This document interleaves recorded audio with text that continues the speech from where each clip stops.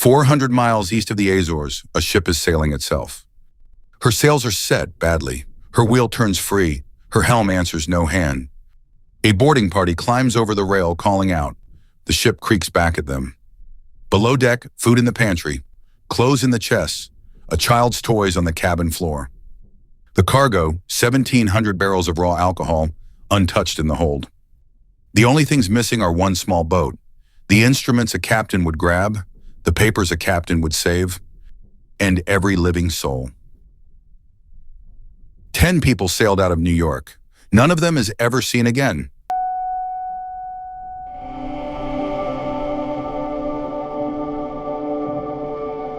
New York Harbor, the 7th of November, 1872. The Mary Celeste is nobody's legend yet.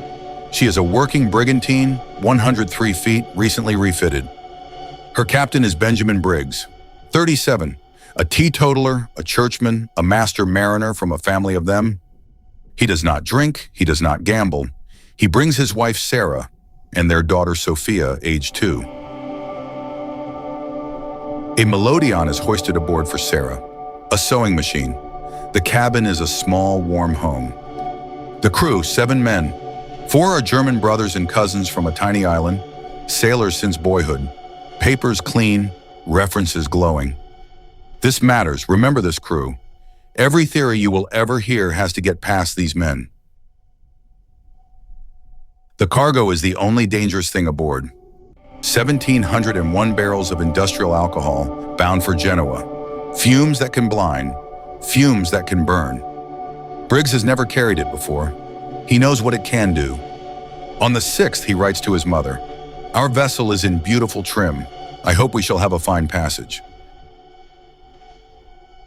The next morning, they clear the harbor. 8 days behind them, another brigantine loads in the same port, the Dei Gratia. Her captain knows Briggs. They may have dined together. Hold on to that too. The sea is about to make them famous. December 4th, mid-Atlantic. The Dei Gratia's helmsman sees a sail moving strangely. The stranger yaws, wanders, comes up into the wind and falls away again. No one waves back. Captain Morehouse watches her through the glass for 2 hours. Then he sends a boat. The men who board her find the wheel spinning free, the binnacle knocked over, 2 sails blown out, the rest set or furled. 3.5 feet of water in the hold. Troubling, not fatal. One of the 2 pumps taken apart on the deck. The galley is stocked.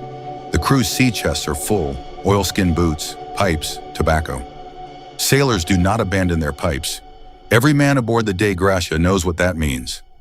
In the captain's cabin, the child's things, the melodeon, Sarah's sewing machine, a garment still under the needle, and the logbook open on the desk.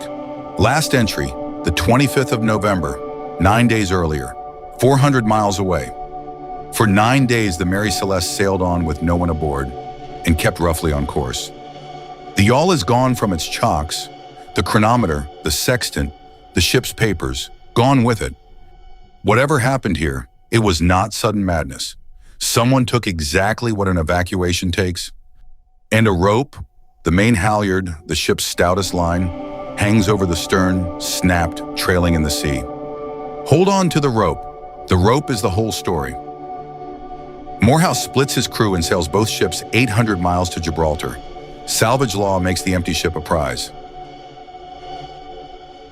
What he gets instead is a prosecutor. Frederick Solly Flood, Attorney General of Gibraltar, looks at the perfect little ship and smells murder. A sword under the captain's bed, stains on a rail, stains on the deck. He is certain. Drunken crew, slaughtered family, a fraud between old friends. The tests come back. The stains are not blood. The sword is rust. The crew were sober men with clean papers, and the cargo they'd have gotten drunk on was poison. No bodies, no motive, no evidence. The court pays the salvage, grudgingly, a fraction, and closes the file. The record ends there. 10 missing people, 1 broken rope, nothing else. And that is precisely where the construction begins. London, 1884, 12 years later. A 24-year-old ship's doctor turned struggling writer needs a magazine sale. He picks the empty ship. His name is Arthur Conan Doyle. Sherlock Holmes is still 3 years away. He changes her name, Marie Celeste. He fills her with detail the record never held. A breakfast still warm on the table, tea steaming in the cups, a cat asleep, unbothered, a voyage that never touched Gibraltar at all. It is fiction. It is printed anonymously and it reads like testimony. Newspapers reprint it as fact. Officials in Gibraltar write angry letters. The letters lose. The warm breakfast enters the record sideways and never leaves. You have probably heard it yourself. Understand what just happened. The most famous facts about the Mary Celeste were written by a novelist 12 years after for pocket money. An empty space had been found and an architect had moved in. Strip the fiction. Go back aboard. What does the evidence carry? 9 of the 1,700 barrels are empty when the cargo lands in Genoa. 9, all built of red oak, the porous wood. Alcohol seeps. Fumes build in a sealed hold through 9 days of heavy weather. Now stand where Briggs stood. A rumble below or a hiss at the hatch.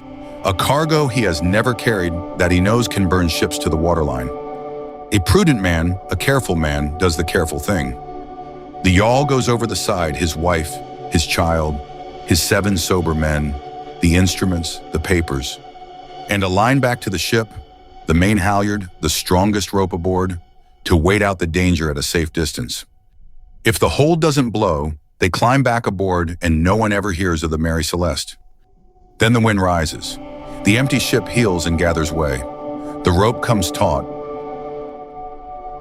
and the rope breaks. A 20-foot boat, 10 souls 400 miles from land, watching their food, their water, and their homes sail away without them. The sea does not keep minutes. The theory cannot be proven. It only has to be truer than a warm breakfast. No wreckage of the yawl is ever confirmed. No bodies. The Atlantic closed over 10 people and gave back a ship. The Mary Celeste herself sails on. 13 more years, 17 owners. No sailor wants her. The legend has made her unemployable. She hauls lumber, cattle, losses. In 1885, her last captain solves the problem the old way. He loads her with worthless cargo insured as valuable and sails her, carefully, deliberately, onto a coral reef off Haiti. She refuses to sink. The fraud is so clumsy the underwriters catch it almost immediately. The captain dies awaiting justice. The ship that would not die is burned and left on the reef. Even her death was an insurance job. The ocean's most famous victim ended as a perpetrator's tool. In 2001, an expedition found what may be her bones on the Rochelaure Reef. The wood said maybe. The sea said nothing.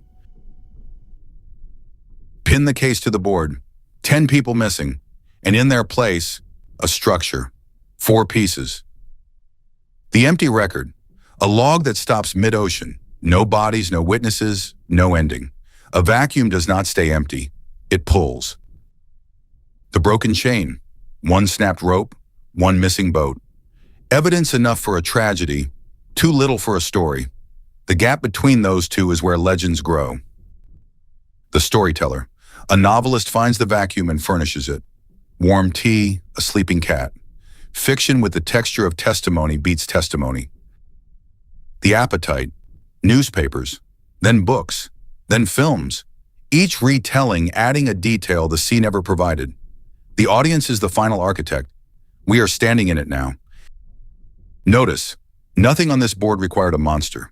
A careful captain, a porous barrel, a rope, a writer, and us. 10 people made one prudent decision, and the ocean took them. The world found the truth too small, so it built a bigger one. This is the shape sight keeps finding underneath every story we tell. Not what happened, what was built to make it possible.